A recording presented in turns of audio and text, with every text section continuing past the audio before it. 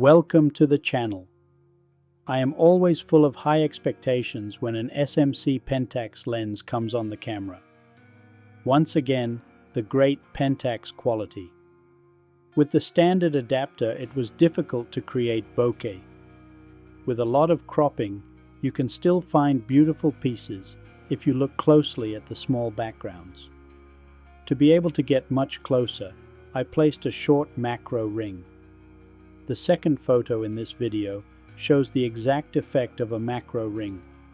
The whole series is a mix of with and without macro ring. The SMC 35mm f3.5 is a valuable addition to my collection.